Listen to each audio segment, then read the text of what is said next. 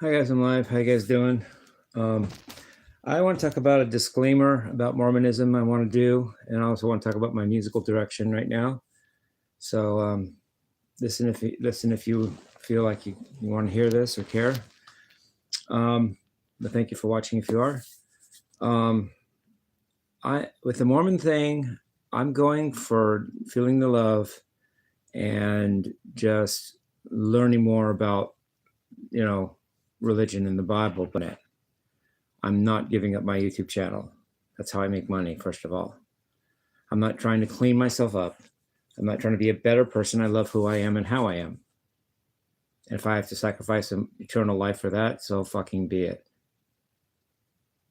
And I sense when people use love as a lure or a bait, even though it's genuine, I sense something coming where they want me to change, and I'm not doing that. Like it or not, I'm just not. I'm not in it for that. I'm in it for learning more about the Bible and learning more about whether I think it's true or not and feeling love from them. But that's not a lure to get me to change and clean myself up or whatever. I'm not doing that. It's just not me. I'm not going to be something I'm not. I'm not going to try to be something I'm not. I'm not trying to be better than I am, and I like who I am. But I'm taking steps already. I'm walking to church with a tie on and long pants on because Jesus did worse for me. And I'll do that. But I'm not going to carry that further and then clean up my life and be a typical Mormon that's all clean and pure. I'm not going to do that. And as soon as I sense that coming, I'm just going to bow out. So it's just a disclaimer. I'm telling you guys how I feel. What do you want me to do? Not say that? It's how I feel, so I'm saying it. And musically, I'm intrigued with where I'm going. Don't get me wrong. I love all the people I've always done and listened to. I love Van Halen. I love Led Zeppelin. I love Jimi Hendrix Experience. I mean, I love all these guys like nobody's business. But the guy that keeps me going and keeps me interested in learning and progressing is Frank Zappa. I mean, he does stuff that is really honestly challenging to me and new to me. Well, isn't that what I should do with my music instead of just do what I already can do and what I've already done? I'd still do that. And I love that. In fact, if you take Van Halen away, you can have your Frank Zappa. But Van Halen's there. He's done that. I've done that. I've done Van Halen, and I love Van Halen, and I do Van Halen. But how do I grow and improve and learn new stuff? Frank Zappa. That's what I'm getting into. And Alan Holdsworth is cool like that too, but he's too over my head. I don't understand him. I don't understand Alan Holdsworth. All I know how to do is my stupid way, and it doesn't sound right. It doesn't sound as good as him. And furthermore, I'm not him, and I'm not sure, and I don't know what he's doing really. So that's kind of over my pay grade. But Frank Zappa's not. I can see eye to eye. I can see his stuff. I can do it if I put my mind to it. And yet that's also growth. It's also challenging to me. Whereas Van Halen and Led Zeppelin, I've already done that, and I already know what they're doing.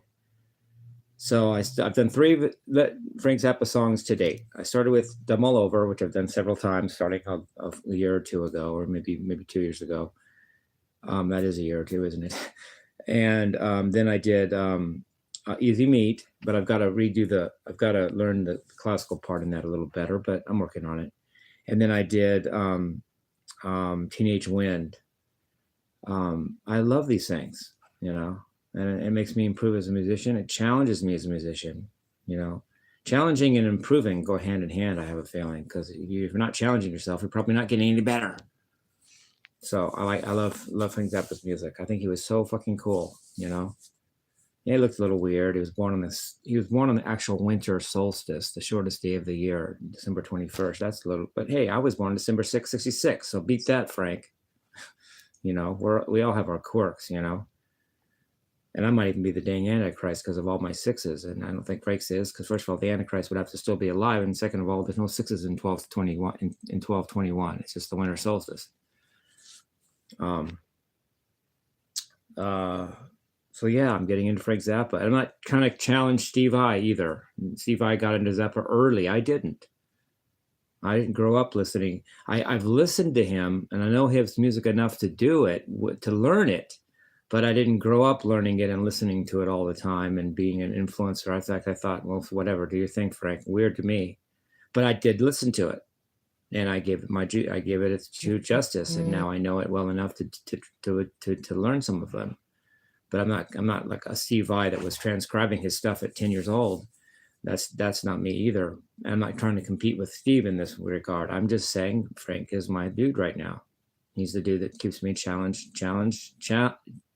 me challenged and progressing and excited about music. So I'm really into his stuff right now. I don't even listen to it that much because it's just a little goes a long way, as Chris Brian Chapman, one of my ex-mentors, said. A little goes a long way with him. Like I have the DVD called an Evening with Frank Zappa Where the Torture Never Stops, New York at the Palladium, 1981 on Halloween. But I only listen to the first 7 tracks. After that, I go back to the first. It's just if I hear the whole thing, it's too much to take in, and the next thing you know, I haven't taken in anything because I've taken so much in, it just goes over the top. But the first 7 are enough. It's got some cool songs on there. I've already done 2 of those songs of the first 7. I've done Easy Meat and I've done Teenage Wind. Both Easy Meat's like the song number. Easy Meat is song number 2, and Teenage Wind is song number 7. So yeah, I'm digging it, you know, and so I'm gonna. I love the Winter Solstice. I mean, I love the Winter Solstice. I love that we're back on daylight savings time. That already makes me feel better. It's only 11 days till spring, and I've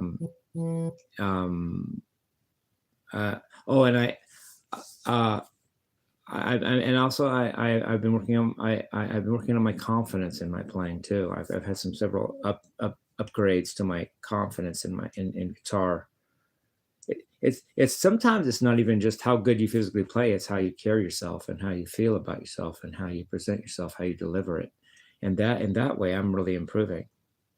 I made a breakthrough the other day that I've told Rex about, but haven't told you guys about, is that when I first learned alternate picking, like 31 years ago, I learned it, but I had stayed in beginner mode on that for 30 years. I was still like, well, I'm integrating it, I'm learning it.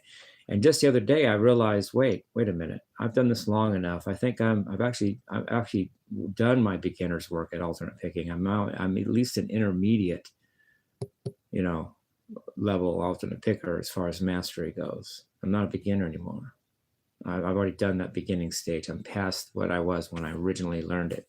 And that confidence alone, I've only shown that confidence. It only happened a couple of days ago. So I've only shown it on the Frank Zappa stuff. I haven't even done a jam with that attitude yet. Even when I did attitudes number 2, that was before that breakthrough. The only 2 things I've done musically on my channel since that breakthrough are the 2 Frank Zappa things. And they don't even have that much alternate picking or lead in them.